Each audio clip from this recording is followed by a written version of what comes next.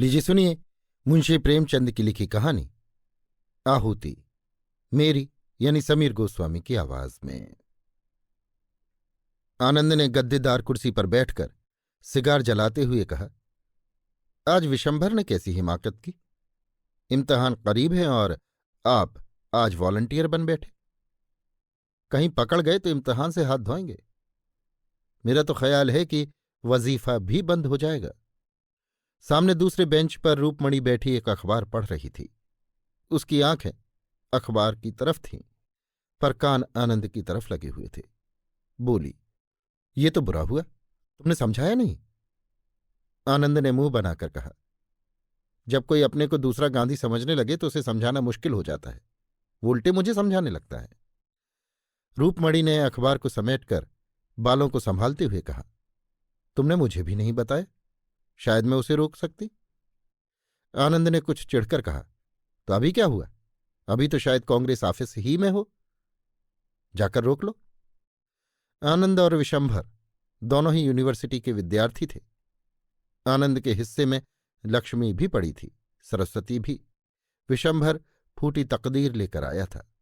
प्रोफेसरों ने दया करके एक छोटा सा वजीफा दे दिया था, बस यही उसकी जीविका थी। रूपमणि भी साल भर पहले उन्हीं के समकक्ष थी, पर इस साल उसने कॉलेज छोड़ दिया था। स्वास्थ्य कुछ बिगड़ गया था। दोनों युवक कभी कभी उससे मिलने आते रहते थे। आनंद आता था उसका हृदय लेने के लिए, विशंभर आता था यों ही। जी पढ़ने में न लगता या घबराता तो उसके पास आ बैठता था। शायद उससे अपनी विपत्ति कथा कहकर उसका चित्त कुछ शांत हो जाता था। आनंद के सामने कुछ बोलने की उसकी हिम्मत न पड़ती थी। आनंद के पास उसके लिए सहानुभूति का एक शब्द भी न था। वो उसे फटकारता था, जलील करता था और बेवकूफ बनाता था। विशंभर में उससे बहस करने की सामर्थ्य न थी। सूर्य के सामने दीपक की हस्ती ही क्या। आनंद का उस पर मानसिक आधिपत्य था। जीवन में पहली बार उस आधिपत्य को अस्वीकार किया था और उसी की शिकायत लेकर आनंद रूपमणि के पास आया था। महीनों विशंभर ने आनंद के तर्क पर अपने भीतर के आग्रह को ढाला, पर तर्क से परास्त होकर भी उसका हृदय विद्रोह करता रहा। बेशक उसका ये साल खराब हो जाएगा। संभव है छात्र जीवन ही का अंत हो जाए। फिर इस 14-15 वर्ष की मेहनत पर पानी फिर जाएगा। न खुदा ही मिलेगा, न सनम का विसाल ही नसीब होगा। आग में कूदने से क्या फायदा? यूनिवर्सिटी में रहकर भी तो बहुत कुछ देश का काम किया जा सकता है। आनंद महीनों में कुछ न कुछ चंदा जमा कर देता है। दूसरे छात्रों से स्वदेशी की प्रतिज्ञा करा ही लेता है। विशंभर को भी आनंद ने यही सलाह दी। इस तर्क ने उसकी बुद्धि को तो जीत लिया, पर उसके मन को ना जीत सका। आज जब आनंद कॉलेज गया तो विशंभर ने स्वराज्य भवन की राह ली। आनंद कॉलेज से लौटा तो उसे अपनी मेज पर विशंभर का पत्र मिला। लिखा था, प्रिय आनंद, मैं जानता हूं कि मैं जो कुछ करने जा रहा हूं वो मेरे लिए हितकर नहीं है, पर न जाने कौन सी शक्ति मुझे खींचे लिए जा रही है। मैं जाना नहीं चाहता पर जाता हूं, उसी तरह जैसे आदमी मरना नहीं चाहता पर मरता है, रोना नहीं चाहता पर रोता है। जब सभी लोग जिन पर हमारी भक्ति है ओखली में अपना सिर डाल चुके थे, तो मेरे लिए भी अब कोई दूसरा मार्ग नहीं है। मैं अब और अपनी आत्मा को धोखा नहीं दे सकता। ये इज्जत का सवाल है और इज्जत किसी तरह का समझौता नहीं कर सकती। तुम्हारा विशंभर। खत पढ़कर आनंद के जी में आया कि विशंभर को समझाकर लौटा लाए, पर उसकी हिमाकत पर गुस्सा आया और उसी तैश में वो रूपमणि के पास जा पहुंचा। अगर रूपमणि उसकी खुशामद करके कहती, जाकर उसे लौटा लाओ, तो शायद वो चला जाता, पर उसका ये कहना कि मैं उसे रोक लेती उसके लिए असह्य था। उसके जवाब में रोष था, रुखाई थी और शायद कुछ हसद भी था। रूपमणि ने गर्व से उसकी ओर देखा और बोली, अच्छी बात है, मैं जाती हूं। एक क्षण के बाद उसने डरते डरते पूछा, तुम क्यों नहीं जाते? फिर वही गलती। अगर रूपमणि उसकी खुशामद करके कहती तो आनंद जरूर उसके साथ चला जाता, पर उसके प्रश्न में पहले ही ये भाव छिपा था कि आनंद जाना नहीं चाहता। अभिमानी आनंद इस तरह नहीं जा सकता। उसने उदासीन भाव से कहा, मेरा जाना व्यर्थ है। तुम्हारी बातों का ज्यादा असर होगा। मेरी मेज पर यह खत छोड़ गया था। जब वो आत्मा और कर्तव्य और आदर्श की बड़ी बड़ी बातें सोच रहा है और अपने को भी कोई ऊंचे दर्जे का आदमी समझ रहा है तो मेरा उस पर कोई असर न होगा। उसने जेब से पत्र निकालकर रूपमणि के सामने रख दिया। इन शब्दों में जो संकेत और व्यंग था, उसने एक क्षण तक रूपमणि को उसकी तरफ देखने न दिया। आनंद के इस निर्दय प्रहार ने उसे आहत सा कर दिया था, पर एक ही क्षण में विद्रोह की एक चिंगारी सी उसके अंदर जा घुसी। उसने स्वच्छंद भाव से पत्र को लेकर पढ़ा सिर्फ आनंद के प्रहार का जवाब देने के लिए, पर पढ़ते पढ़ते उसका चेहरा तेज से कठोर हो गया, गर्दन तन गई, आंखों में उत्सर्ग की लाली आ गई। उसने मेज पर पत्र रखकर कहा, नहीं, अब मेरा जाना भी व्यर्थ है। आनंद ने अपनी विजय पर फूल कर कहा, मैंने तो तुमसे पहले ही कह दिया। इस वक्त उसके सिर पर भूत सवार है, उस पर किसी के समझाने का असर न होगा। जब साल भर जेल में चक्की पीस लेंगे और वहां तपेदिक लेकर निकलेंगे या पुलिस के डंडों से सिर और हाथ पांव तोड़वा लेंगे तो बुद्धि ठिकाने आवेगी। अभी तो जय जयकार और तालियों के स्वप्न देख रहे होंगे। रूपमणि सामने आकाश की ओर देख रही थी। नीले आकाश में एक छायाचित्र सा नजर आ रहा था। दुर्बल, सूखा हुआ नग्न शरीर, घुटनों तक धोती, चिकना सिर, पोपला मुंह, तप, त्याग और सत्य की सजीव मूर्ति। आनंद ने फिर कहा, अगर मुझे मालूम हो कि मेरे रक्त से देश का उद्धार हो जाएगा तो मैं आज उसे देने को तैयार हूं, लेकिन मेरे जैसे 150 आदमी निकल ही आए तो क्या होगा? प्राण देने के सिवा और तो कोई प्रत्यक्ष फल नहीं दिखता। रूपमणि अब भी वही छायाचित्र देख रही थी। वही छाया मुस्कुरा रही थी, सरल मनोहर मुस्कान जिसने विश्व को जीत लिया है। आनंद फिर बोला, जिन महाशयों को परीक्षा का भूत सताया करता है उन्हें देश का उद्धार करने की सूझती है। पूछिए, आप अपना उद्धार तो कर ही नहीं सकते, देश का क्या उद्धार कीजिएगा? इधर फेल होने से उधर के डंडे फिर भी हल्के हैं। रूपमणि की आंखें आकाश की ओर थीं। छायाचित्र कठोर हो गया था। आनंद ने जैसे चौंक कर कहा, हां, आज बड़ी मजेदार फिल्म है, चलती हो? पहले शो में लौट आए। रूपमणि ने जैसे आकाश से नीचे उतरकर कहा, नहीं, मेरा जी नहीं चाहता। आनंद ने धीरे से उसका हाथ पकड़कर कहा, तबीयत तो अच्छी है? रूपमणि ने हाथ छुड़ाने की चेष्टा न की, बोली, हां, तबीयत में क्या हुआ है? तो चलती क्यों नहीं? आज जी नहीं चाहता। तो फिर मैं भी न जाऊंगा। बहुत ही उत्तम, टिकट के रुपए कांग्रेस को दे दो। ये तो टेढ़ी शर्त है, लेकिन मंजूर। कल रसीद मुझे दिखा देना। तुम्हें मुझ पर इतना विश्वास नहीं। आनंद हॉस्टल चला। जरा देर बाद रूपमणि स्वराज्य भवन की ओर चली। रूपमणि स्वराज्य भवन पहुंची तो स्वयंसेवकों का एक दल विलायती कपड़े के गोदामों को पिकेट करने जा रहा था। विशंभर दल में न था। दूसरा दल शराब की दुकानों पर जाने को तैयार खड़ा था। विशंभर इसमें भी न था। रूपमणि ने मंत्री के पास आकर कहा, आप बता सकते हैं विशंभर नाथ कहाँ है? मंत्री ने पूछा, वही जो आज भर्ती हुए हैं। जी हां, वही। बड़ा दिलेर आदमी है, देहातों को तैयार करने का काम लिया है। स्टेशन पहुंच गया होगा, 7 बजे की गाड़ी से जा रहा है। तो अभी स्टेशन पर होंगे? मंत्री ने घड़ी पर नजर डालकर जवाब दिया, हां, अभी तो शायद स्टेशन पर मिल जाए। रूपमणि ने बाहर निकलकर साइकिल तेज की। स्टेशन पर पहुंची तो देखा विशंभर प्लेटफॉर्म पर खड़ा है। रूपमणि को देखते ही लपक कर उसके पास आया और बोला, तुम यहां कैसे आई? आज आनंद से तुम्हारी मुलाकात हुई थी? रूपमणि ने उसे सिर से पांव तक देखकर कहा, ये तुमने क्या सूरत बना रखी है? क्या पांव में जूता पहनना भी देशद्रोह है? विशंभर ने डरते डरते पूछा, आनंद बाबू ने तुमसे कुछ कहा नहीं? रूपमणि ने स्वर को कठोर बनाकर कहा, जी हां कहा। तुम्हें ये क्या सूझी? 2 साल से कम के लिए न जाओगे? विशंभर का मुंह गिर गया। बोला, जब ये जानती हो तो क्या तुम्हारे पास मेरी हिम्मत बंधाने के लिए 2 शब्द नहीं है? रूपमणि का हृदय महसूस उठा, मगर बाहरी उपेक्षा को न त्याग सकी। बोली, तो मुझे दुश्मन समझते हो या दोस्त? विशंभर ने आंखों में आंसू भरकर कहा, तुम ऐसा प्रश्न क्यों करती हो रूपमणि? इसका जवाब मेरे मुंह से न सुनकर भी क्या तुम नहीं समझ सकती? रूपमणि, तो मैं कहती हूं तुम मत जाओ। विशंभर, ये दोस्त की सलाह नहीं है रूपमणि। मुझे विश्वास है तुम हृदय से ये नहीं कह रही हो। मेरे प्राणों का क्या मूल्य है जरा ये सोचो। एमए होकर भी 100 रुपये की नौकरी, बहुत बढ़ा तो 300-400 तक जाऊंगा। इसके बदले यहां क्या मिलेगा जानती हो? संपूर्ण देश का स्वराज्य।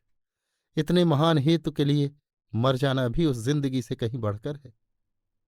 अब जाओ, गाड़ी आ रही है। आनंद बाबू से कहना मुझसे नाराज न हो। रूपमणि ने आज तक इस मंदबुद्धि युवक पर दया की थी, इस समय उसकी श्रद्धा का पात्र बन गया। त्याग में हृदय को खींचने की जो शक्ति है, उसने रूपमणि को इतने वेग से खींचा कि परिस्थितियों का अंतर मिट सा गया। विशंभर में जितने दोष थे वे सभी अलंकार बन बनकर चमक उठे। उसके हृदय की विशालता में वो किसी पक्षी की भांति उड़ उड़कर आश्रय खोजने लगी। रूपमणि ने उसकी ओर आतुर नेत्रों से देखकर कहा, मुझे भी अपने साथ लेते चलो। विशंभर पर जैसे घड़ों का नशा चढ़ गया। तुमको? आनंद बाबू मुझे जिंदा न छोड़ेंगे। मैं आनंद के हाथों बिकी नहीं हूं। आनंद तो तुम्हारे हाथों बिके हुए है। रूपमणि ने विद्रोह भरी आंखों से उसकी ओर देखा, पर कुछ बोली नहीं। परिस्थितियां उसे इस समय बाधाओं सी मालूम हो रही थीं। वो भी विशंभर की भांति स्वच्छंद क्यों न हुई। संपन्न माँ बाप की अकेली लड़की, भोग विलास में पली हुई, इस समय अपने को कैदी समझ रही थी। उसकी आत्मा उन बंधनों को तोड़ डालने के लिए जोर लगाने लगी। गाड़ी आ गई। मुसाफिर चढ़ने उतरने लगे। रूपमणि ने सजल नेत्रों से कहा, तो मुझे नहीं ले चलोगे? विशंभर ने दृढ़ता से कहा, नहीं। क्यों? मैं इसका जवाब नहीं देना चाहता। क्या तुम समझते हो मैं इतनी विलासासक्त हूं कि मैं देहात में रह नहीं सकती? विशंभर लज्जित हो गया। ये भी एक बड़ा कारण था, पर उसने इनकार किया। नहीं, ये बात नहीं। फिर क्या बात है? क्या ये भय पिताजी मुझे त्याग देंगे? अगर ये भय हो तो क्या ये विचार करने योग्य नहीं? मैं उनकी तृण बराबर परवाह नहीं करती। विशंभर ने देखा रूपमणि के चांद से मुख पर गर्वमय संकल्प का आभास था। वो उस संकल्प के सामने जैसे कांप उठा। बोला, मेरी ये याचना स्वीकार करो रूपमणि, मैं तुमसे विनती करता हूं। रूपमणि सोचती रही। विशंभर ने फिर कहा, मेरी खातिर तुम्हें ये विचार छोड़ना पड़ेगा। रूपमणि ने सिर झुकाकर कहा, अगर तुम्हारा ये आदेश है तो मैं मानूंगी विशंभर। तुम दिल से जो समझते हो, मैं क्षणिक आवेश में आकर इस समय अपने भविष्य को गारत करने जा रही हूं। मैं तुम्हें दिखा दूंगी, ये मेरा क्षणिक आवेश नहीं है, दृढ़ संकल्प है। जाओ, मगर मेरी इतनी बात मानना कि कानून के पंजे में उसी वक्त आना जब आत्माभिमान या सिद्धांत पर चोट लगती हो। मैं ईश्वर से तुम्हारे लिए प्रार्थना करती रहूंगी। गाड़ी ने सीटी दी।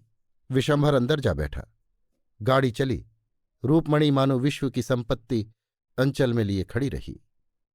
रूपमणि के पास विशंभर का एक पुराना रद्दी सा फोटो अलमारी के एक कोने में पड़ा हुआ था।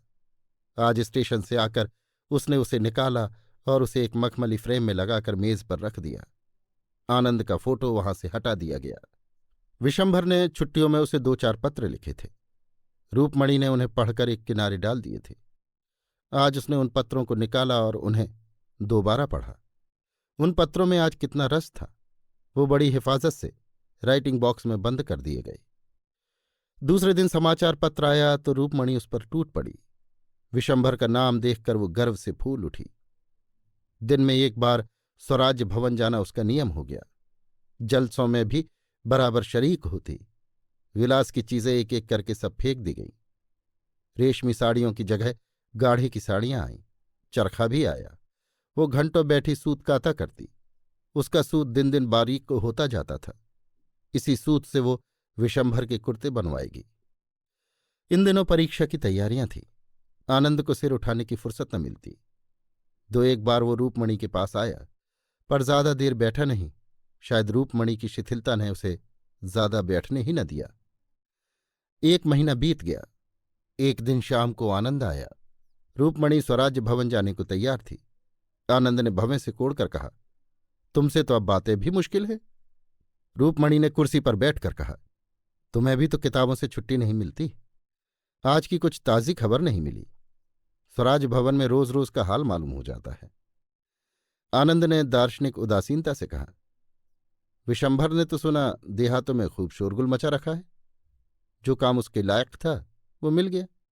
यहां उसकी जबान बंद रहती थी, वहां देहातियों में खूब गरजता होगा, मगर आदमी दिलेर है।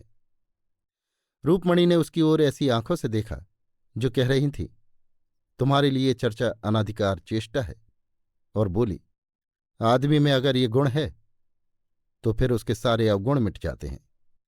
तुम्हें कांग्रेस बुलेटिन पढ़ने की क्यों फुर्सत मिलती होगी? विशंभर ने देहातों में ऐसी जागृति फैला दी है कि विलायती का एक सूत भी नहीं बिकने पाता और ना नशे की दुकानों पर कोई जाता है। और मजा ये है कि पिकेटिंग करने की जरूरत नहीं पड़ती, अब तो पंचायतें खोल रहे हैं। आनंद ने उपेक्षा भाव से कहा, तो समझ लो अब उसके चलने के दिन भी आ गए हैं। रूपमणि ने जोश से कहा, इतना करके जाना बहुत सस्ता नहीं है। कल तो किसानों का एक बहुत बड़ा जलसा होने वाला था। पूरे परगने के लोग जमा हुए थे। सुना है आजकल देहातों से कोई मुकदमा ही नहीं आता, वकीलों की नानी मरी जा रही है। आनंद ने कड़वेपन से कहा, यही तो स्वराज्य का मजा है कि जमींदार, वकील और व्यापारी सब मरे, बस केवल मजदूर और किसान रह जाएं। रूपमणि ने समझ लिया आज आनंद तुलकर आया है। उसने भी जैसे आस्तीन चढ़ाते हुए कहा, तो तुम क्या चाहते हो कि जमींदार और वकील और व्यापारी गरीबों को चूस चूस कर मोटे होते जाएं, और जिन सामाजिक व्यवस्थाओं में ऐसा महान अन्याय हो रहा है उसके खिलाफ जबान तक न खोली जाए? तुम तो समाजशास्त्र के पंडित हो, क्या किसी अर्थ में ये व्यवस्था आदर्श कही जा सकती है? सभ्यता के 3 मुख्य सिद्धांतों का ऐसी दशा में किसी न्यूनतम मात्रा में भी व्यवहार हो सकता है? आनंद ने गर्म होकर कहा, शिक्षा और संपत्ति का प्रभुत्व हमेशा रहा है और हमेशा रहेगा। हां, उसका रूप भले ही बदल जाए। रूपमणि ने आवेश से कहा, अगर स्वराज जाने पर भी संपत्ति का यही प्रभुत्व रहे और पढ़ा लिखा समाज यूं ही स्वार्थांध बना रहे तो मैं कहूंगी ऐसे स्वराज्य का ना आना ही अच्छा। अंग्रेजी महाजनों की धनलोलुपता और शिक्षितों का स्वहित ही आज हमें पीछे डाल रहा है। जिन बुराइयों को दूर करने के लिए आज हम प्राणों को हथेली पर लिए हुए हैं, उन्हीं बुराइयों को क्या प्रजा इसलिए सिर चढ़ाएगी कि वे विदेशी नहीं स्वदेशी हैं? कम से कम मेरे लिए तो स्वराज्य का ये अर्थ नहीं है कि जॉन की जगह गोविंद बैठ जाए। मैं समाज की ऐसी व्यवस्था देखना चाहती हूं जहां कम से कम विषमता को आश्रय न मिल सके। आनंद, ये तुम्हारी निज की कल्पना होगी। रूपमणि, तुमने अभी इस आंदोलन का साहित्य पढ़ा ही नहीं। आनंद, न पढ़ा है न पढ़ना चाहता हूं। रूपमणि, इससे राष्ट्र की कोई बड़ी हानि न होगी? आनंद, तुम तो जैसे वो रही ही नहीं, बिल्कुल काया पलट हो गई। सहसा डाकिये ने कांग्रेस बुलेटिन लाकर मेज पर रख दिया। रूपमणि ने अधीर होकर उसे खोला। पहले शीर्षक पर नजर पड़ते ही उसकी आंखों में जैसे नशा छा गया। अज्ञात रूप से गर्दन तन गई और चेहरा एक अलौकिक तेज से दमक उठा। उसने आवेश में खड़ी होकर कहा, विशंभर पकड़ लिए गए और 2 साल की सजा हो गई। आनंद ने विरक्त मन से कहा, किस मामले में सजा हुई? रूपमणि ने विशंभर के फोटो को अभिमान की आंखों से देखकर कहा, रानीगंज में किसानों की विराट सभा थी, वहीं पकड़ा है। आनंद, मैंने तो पहले ही कहा था 2 साल के लिए जाएंगे, जिंदगी खराब कर डाली। रूपमणि ने फटकार बताई, क्या डिग्री ले लेने से ही आदमी का जीवन सफल हो जाता है? सारा ज्ञान, सारा अनुभव पुस्तकों ही में भरा हुआ है। मैं समझती हूं संसार और मानवीय चरित्र का जितना अनुभव विशंभर को 2 सालों में हो जाएगा, उतना दर्शन और कानून की पोथियों से तुम्हें 200 वर्षों में भी न होगा। अगर शिक्षा का उद्देश्य चरित्र बल मानो तो राष्ट्र संग्राम में केवल मनोबल के जितने साधन हैं, पेट के संग्राम में कभी हो ही नहीं सकते।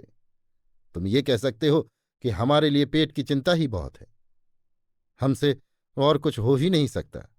हम में न उतना साहस है, न बल है, न धैर्य है, न संगठन, तो मैं मान जाऊंगी। लेकिन जाति हित के लिए प्राण देने वालों को बेवकूफ बनाना मुझसे नहीं सहा जा सकता। विशंभर के इशारे पर आज लाखों आदमी सीना खोलकर खड़े हो जाएंगे। तो मैं है जनता के सामने खड़े होने का हौसला।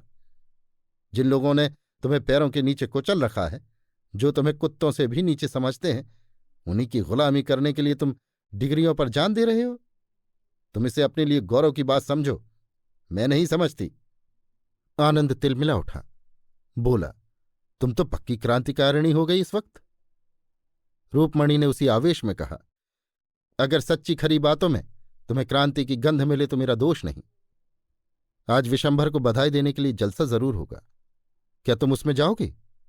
रूपमणि ने उग्र भाव से कहा, जरूर जाऊंगी, बोलूंगी भी, और कल रानीगंज भी जाऊंगी। विशंभर ने जो दीपक जलाया है वो मेरे जीते जी बुझने न पाएगा। आनंद ने डूबते हुए आदमी की तरह तिनके का सहारा लिया। अपनी अम्मा और दादा से पूछ लिया है? पूछ लूंगी, और वो तुम्हें अनुमति भी दे देंगे। सिद्धांत के विषय में अपनी आत्मा का आदेश सर्वोपरि होता है। अच्छा, ये नई बात मालूम हुई। ये कहता हुआ आनंद उठ खड़ा हुआ और बिना हाथ मिलाए कमरे के बाहर निकल गया। उसके पैर इस तरह लड़खड़ा रहे थे कि अब गिरा, अब गिरा। अभी आप सुन रहे थे मुंशी प्रेमचंद की लिखी कहानी आहुति, मेरी यानी समीर गोस्वामी की आवाज में।